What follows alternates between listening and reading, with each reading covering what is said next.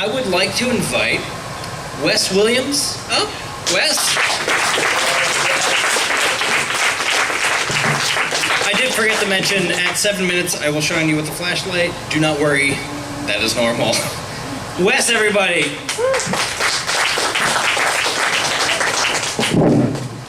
Thank you. This is my first time here. That was really funny.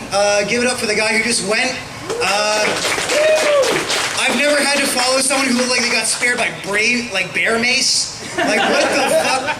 Like, I'm really fat too, but that was like frightening. Like, I feel like we should have like thrown you down and like squirted some kind of fruit on you, like taken you to some kind of emergency place. I'm just a dog shit person.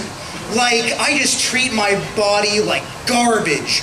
Like, if you were an Al-Qaeda agent and you got captured and thrown in Guantanamo Bay, and like your first day there, you just shit in your hand and threw it at the guard, your diet would be my diet for like a week's punishment. Like, that's all they would do to you. Yesterday, all I had for dinner was a canister of peanuts and 5 Mexican beers. I don't know why peanuts come in a canister. It's big at the bottom, big at the top, and like thin in the middle. Like I'm trying to like smuggle uranium across the fucking border. But I ate all those because I was like, fuck this. And like when I say I drank Mexican beer, I don't mean like fucking Corona.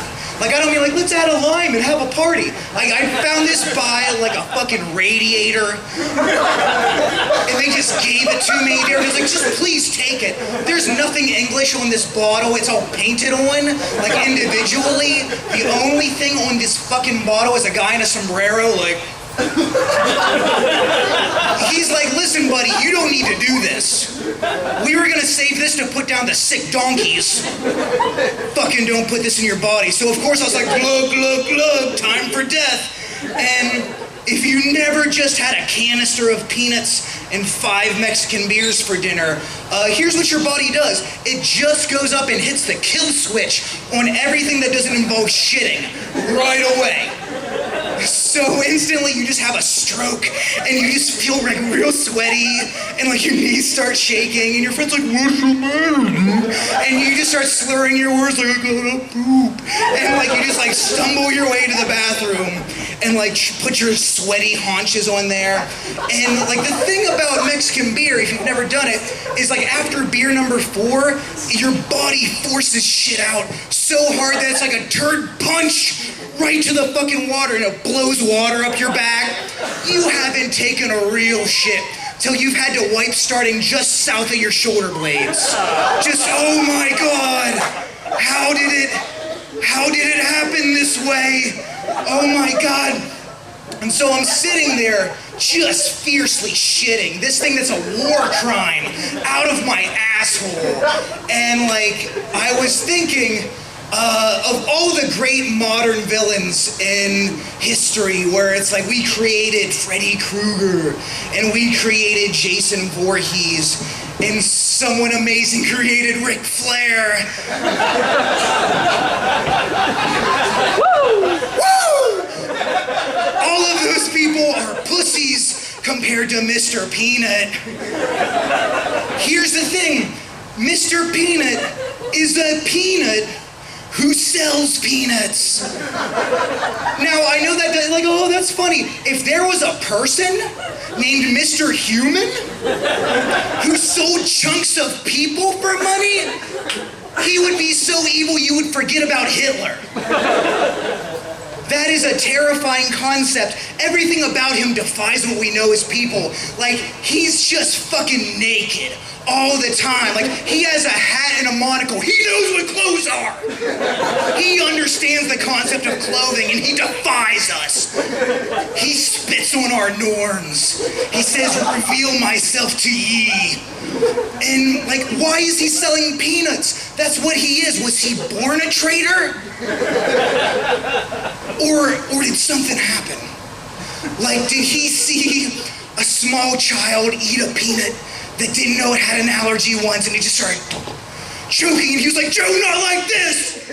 not like this, Joe, as it slowly fell down. Did he have a Breaking Bad moment where he fell in love with the power of his evil? Did he slowly look in a mirror, putting his top out on, like, I will become Mr. Peanut? I don't like weed. I don't feel cool enough to be with this crowd because I feel like if I do really well, someone's gonna be like, you want a blunt? And I'm sorry ahead of time for saying no, because like apparently everybody has a great time on weed, but when I smoke it, I just feel starved and terrified. Like, am I the only one who's just like, I'm so hungry, it's the cops? Like, no matter what, as soon as my first hit, I'm just like, we're surrounded, oh my God, and just start shoveling muffins that are like weeks old into my face, uncooked cookie dough and shit, just, oh, I'm going to jail.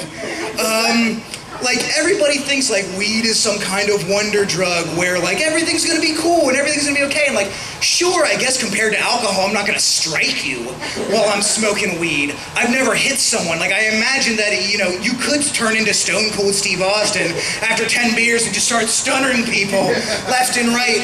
But here's something you wouldn't do on beer that I did. Weed made me leave a sick kid in the woods.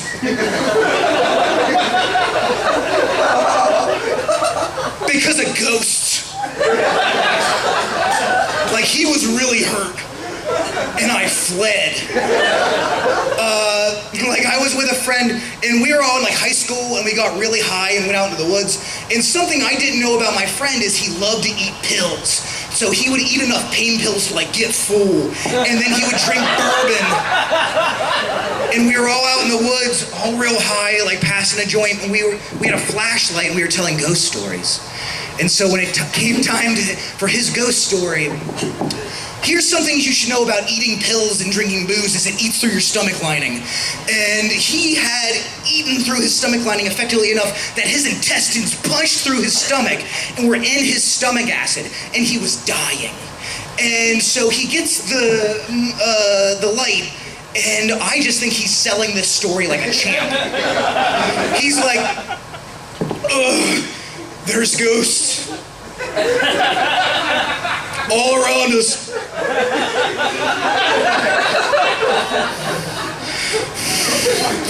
And the Indians that were killed here, if you're not careful, they'll take over your body. And at that exact moment, he started puking blood. Just projectile, just coagulated, dark blood just curdled, shooting out of his fucking teeth. And the 5 of us that weren't dying, all of us were high, and our first decision was, run! So we all just there was a sick kid on the ground just puking blood, and we all agreed without words, he's dying of ghosts. So we just fled, like as hard as we could, into the woods, 100 miles an hour, and we met up and like had a football hug like a mile down the road, like, is he dying or is it ghosts? Is he dying or is it ghosts? And we like had to seriously have like a convention about like, if I go back there, I'm not getting possessed. Like, that's what fucking weed does to your body, is you're like, oh, it could be a poltergeist, or he could be dying, and we had to like rock, paper, scissors as to who was gonna go back and save his sorry ass. I like the movie Free Willy. Here's the fucked up thing about Free Willy. I watched it as a kid, I watched it as an adult, and Free Willy is not like CGI, you guys. That's a real whale. And he is not free. He is a captive slave whale. And they made him act free for a couple days for a movie.